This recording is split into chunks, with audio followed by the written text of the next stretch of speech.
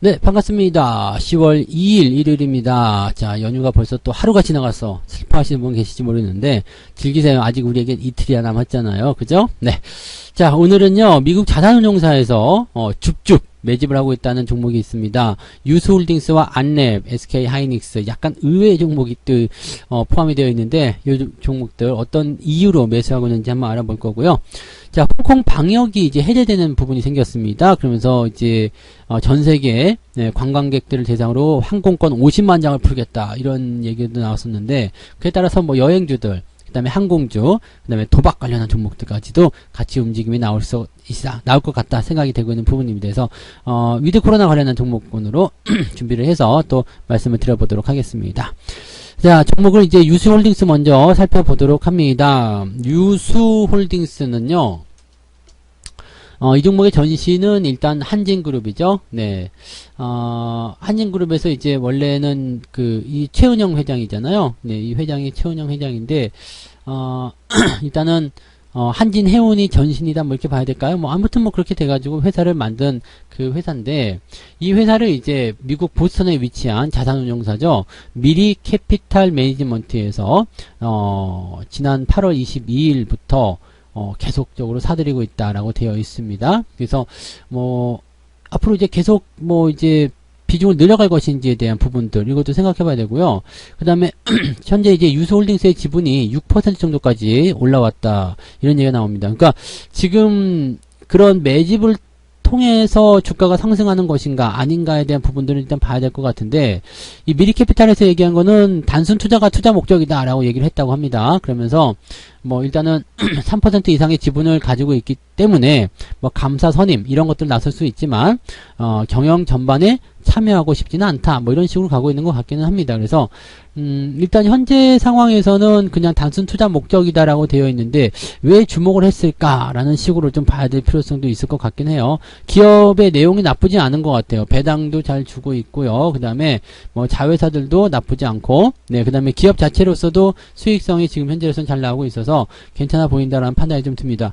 기업 내용만 좀 보게 되면 이제 외국인들 매수가 쭉 잡혀 있는 것도 확인이 되고 있죠. 그 다음에 주가가 저점을 좀 통과하고 있는 그런 느낌이에요. 이 흐름 자체가 이렇게 완만한 그런 곡선을 그리면서 지금은 하방에 대한 포인트가 일단은 지지가 됐고요. 그다음에 시장이 밀려서도 그다지 크게 변화가 없었죠. 이게 2020년부터 2021년에 잠깐 올라가긴 했습니다만 그 이후에 저점 다시 그대로 유지하고 있거든요. 그리고 주가가 상승 흐름 타고 있기 때문에 괜찮아 보이는데 라고 볼 수 있겠죠. 이런 상황이라면 외국인들이 이렇게 많이 들어와 있고 지금은 바닥에서 크게 움직이지 않았기 때문에 매집이다라고 보는 것이 일단 맞겠죠. 그래서 현재 시점에서 본다라면 이평선이 모여 들어가는 관점들 이 자리가 상당히 중요한 포인트가 될 것 같아요. 6,500원에서 6,200원 정도 요 구간대가 이제 매수 포인트로 잡히지 않을까 생각되는데 최근에 발생된 이 두 번의 양봉이 조금은 이제 부담스러운 저항대를 맞이하지 않겠나 생각합니다. 왜냐면 그 양봉 꼭대기를 이어서 보게 되면 작년 12월에 형성된 단기 고점 이때와 같이 맞물리거든요. 그러니까 이때 매물을 여기서 소화를 했냐 안 했냐 이게 또 중요하겠습니다. 여기서 매물 소화하지 않았다라면 그냥 그대로 올라갈 가능성이 굉장히 높고요.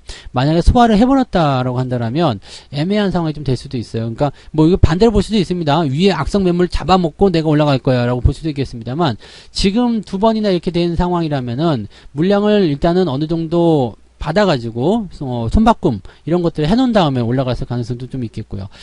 자세한 거는 뭐 이 종목을 매수하기 시작한 이런 자산운용사가 알고 있겠습니다만 현재 상황만 봐서는 일단 추가 상승이 나올 가능성이 상당히 높아 보인다라고 볼 수가 있겠습니다. 뭐 배당 같은 경우도 뭐 그렇게 적은 편이 아니죠. 네, 적은 편이 아니기 때문에 지난해에 준 배당이 500원이었어요. 500원 배당이면은 지금 6,300원대까지 내려왔으니까 단순하게 계산해도 한 7%대 이상은 배당금 성향이 나온다는 얘기죠. 나쁘지 않죠. 그러니까 이런 부분들은 긍정적으로 볼 수가 있겠죠. 추가 상승에 대한 가능성이 있으니까요. 가지고 계신 분들은 홀딩 전략 보시면 될 것 같고요.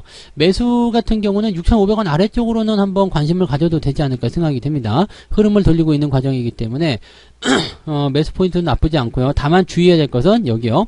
6,700원, 800원대에 형성되어 있는 이 매물대, 이 매물에 대한 부분들을 우리가 고민하면서 보셔야 된다. 그러니까 초기 접근에서 많이 들어가는 것은 조금 부담스럽겠죠. 그래서 그 부분 참고하시면 되겠고요.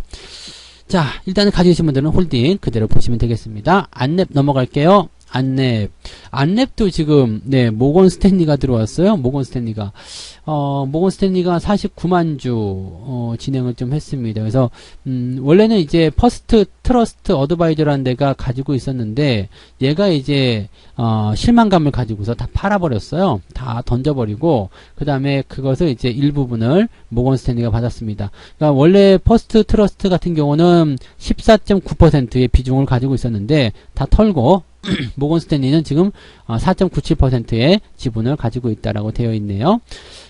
지금 평단가 같은 경우가 62,800원에서 67,600원. 그러니까 평단가를 보면은 64,000원 정도가 된다고 볼 수가 있겠는데, 이렇게 된다라면은 지금 손해를 보고 있다는 얘기겠죠? 손해를 보고 있는데, 자, 지금 모건 스탠리가 그래서 니네가 이걸 도대체 왜 산 건데? 라고 물어보는 것에 대해서는 지금, 네, 알려지지가 않았습니다.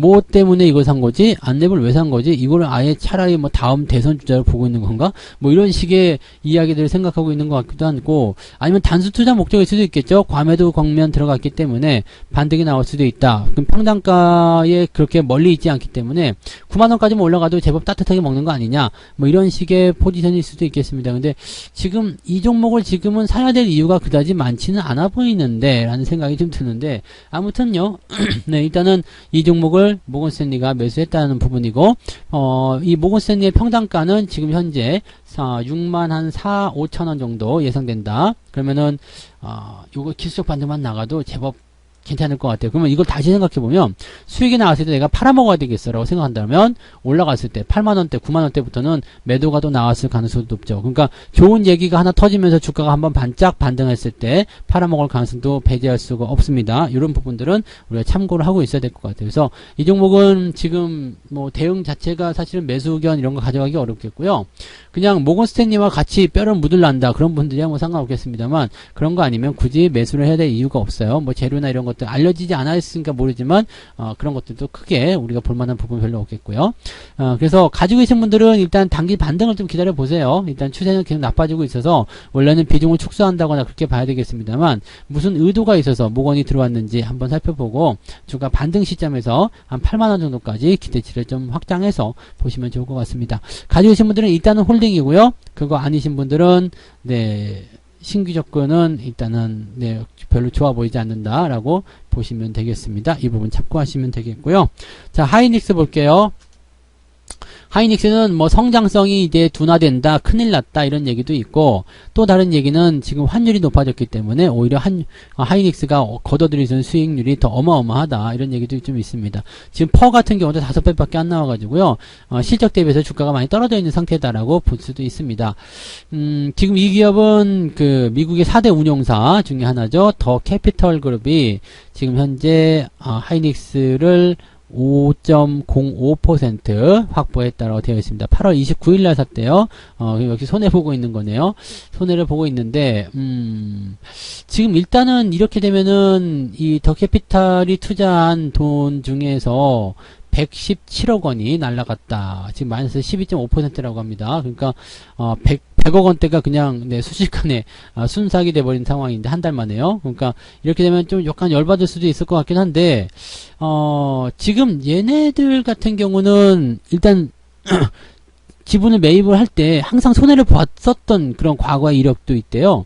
2018년도 8월에도 네, 매수를 해가지고 또 손해가 났었고, 뭐 그렇게 됐다가 계속 이제 주가 떨어질 때마다 물타기 계속 해가지고 평단가를 낮춰놓고 주가가 반등할 때 팔아먹는 그런 일들이 있었다. 그러니까 투자를 잘 못하는 것인지 아니면은 뭔가 의도가 있는 것인지 뭐 그런 부분을 알 수는 없겠습니다만, 하이닉스에 대한 관점은 일단 이 캐피탈 그룹에서는 긍정적으로 보고 있는 것 같기는 해요. 그래서 이런 내용들은 네, 뭐 하이닉스에게 나쁜 소식은 아니겠죠. 그리고 어떤 식으로든 올려가지고 팔겠다라는 생각을 하고 있기 때문에 일단은 뭐 마음을 먹는다라면 뭐 될지 모르겠어요. 뭐 마음 먹는다고 될지 모르겠습니다만 그래도 9만원대 10만원대까지만 올라갔어도 네 괜찮지 않을까 생각합니다. 자, 바꿔 얘기한다면 이것도 똑같아요.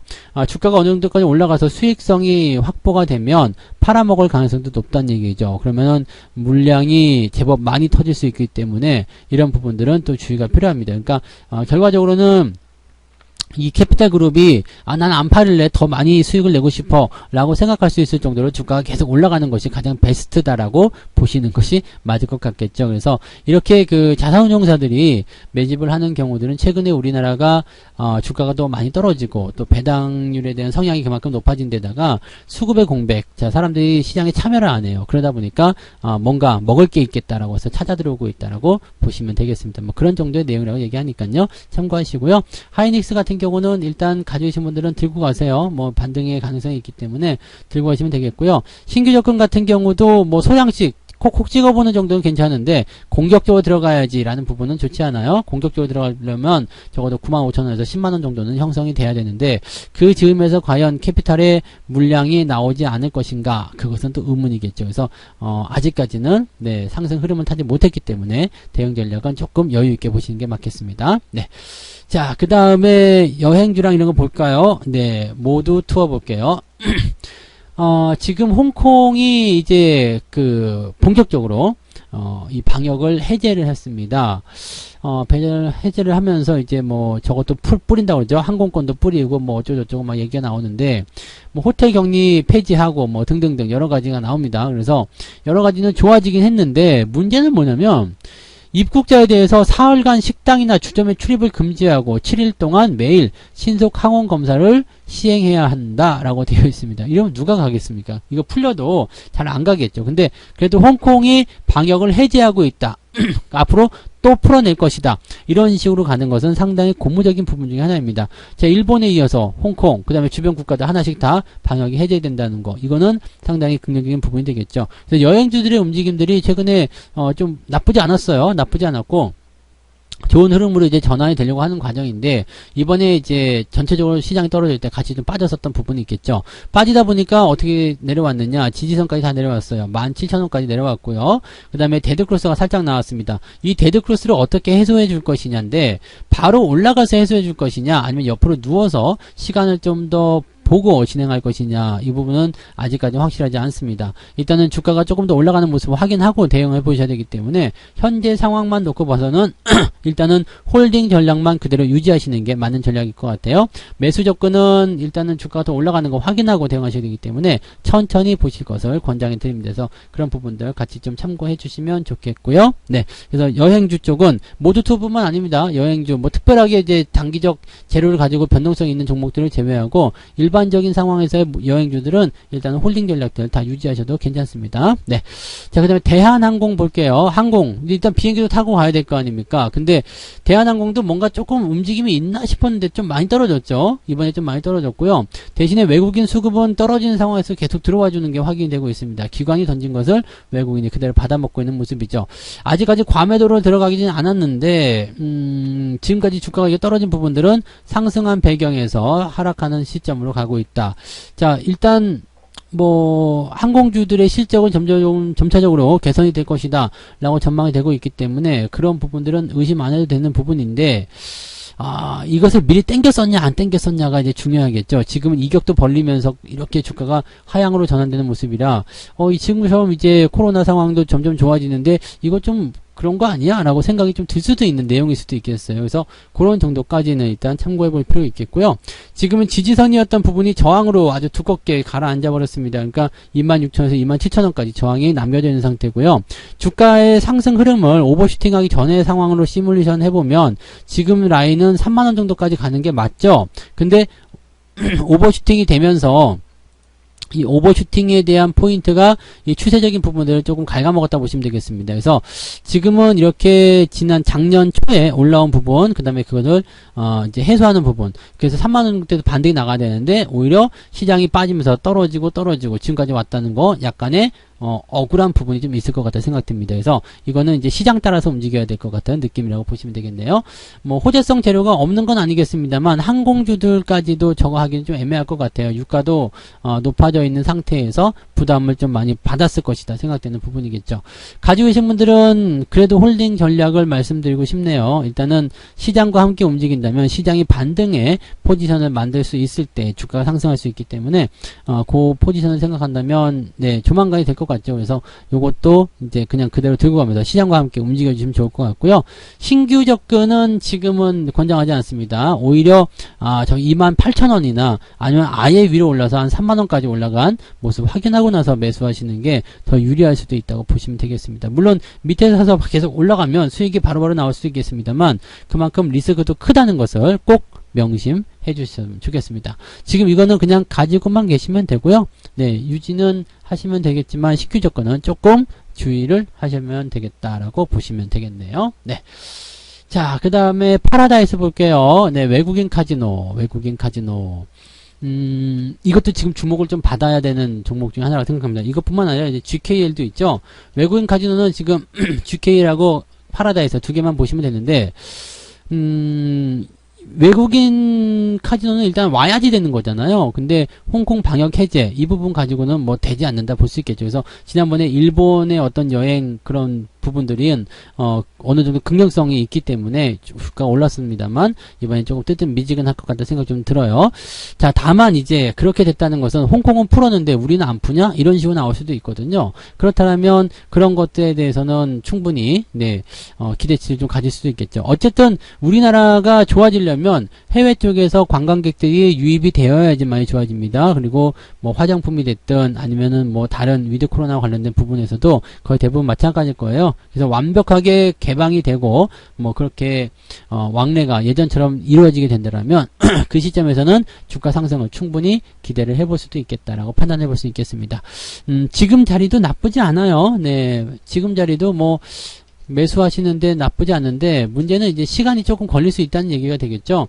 이제 본격적으로 이제 실적 개선 이런 게 일어나려면 시간이 좀 필요하다는 걸 참고하셔야 될 것 같고요. 지지라인 때는 가까이에 있기 때문에 뭐 특별히 걱정하지 않으셔도 됩니다. 가지고 계신 분들은 홀딩 전략 보시고요. 신규 매수하시고자 하시는 분들은 최근에 주가 떨어지면서 데드크로스 나왔죠. 이 데드크로스 해소를 해줘야 될 것 같습니다. 뭐 매수는 15,000원대 근처에서 그냥 하셔도 되긴 됩니다만 그래도 이 데드크로스가 나오게 되면 옆으로 횡보가 조금 진행될 수가 있어요. 그러니까 아예 이걸 보면서 진행하시거나 난 그런 거 보고 싶지 않아 그냥 귀찮아 어차피 사놓고 놔두면 올라가겠지 라고 생각하실 수 있는 분들은 15,000원에 근접할 때 매수 의견 가져가시는 거 괜찮다고 판단됩니다. 그래서 홀딩 하시거나 매수를 하시거나 아니면은 좀 기다렸다 매수하시거나 그런 식으로 전략을 구축하시면 되겠습니다. 네. 자, 이렇게 해서 오늘 6종목 말씀드렸습니다. 유스홀딩스, 안랩, SK하이닉스, 모두투어, 대한항공, 파라다이스 말씀을 드렸고요. 이 종목들 대응 전략들 잘 참고하셔가지고 현명한 대응하시기 바랍니다. 저는 내일이 연휴 마지막 날이죠. 네, 연휴 내일 마지막 날인데 내일까지 종목 진단 또 만들어서 올려드리도록 하겠습니다. 자, 휴일 잘 보내시고요. 내일 아침에 다른 종목으로 또 뵙도록 하겠습니다. 고맙습니다. 본 방송에서 제공되는 모든 정보는 투자 판단의 참고 자료이며 투자의 최종 책임은 본 방송을 이용하는 본인에게 있습니다.